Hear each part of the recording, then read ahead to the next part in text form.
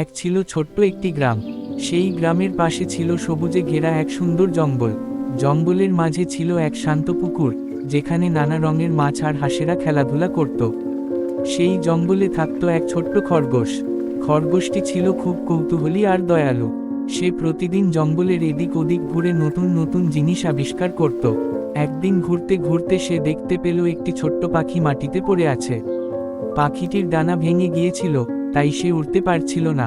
খরগোশটি খুব মন খারাপ করল। সে পাখিটিকে আলতো করে তুলে নিয়ে নিজের গর্তে নিয়ে এল।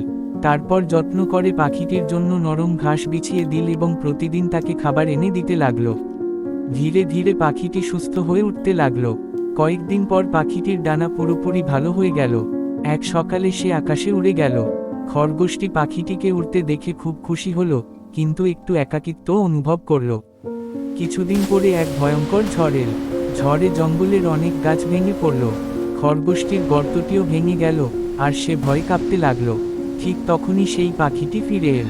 সে তার বন্ধু খরগোশটিকে নিরাপদ জায়গায় নিয়ে গেল, যেখানে ঝড়ের কোনো ক্ষতি হয়নি।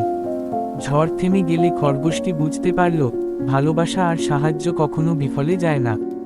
যাকে সাহায্য করা হয়, সে একদিন না একদিন সাহায্য ফিরিয়ে দেয়।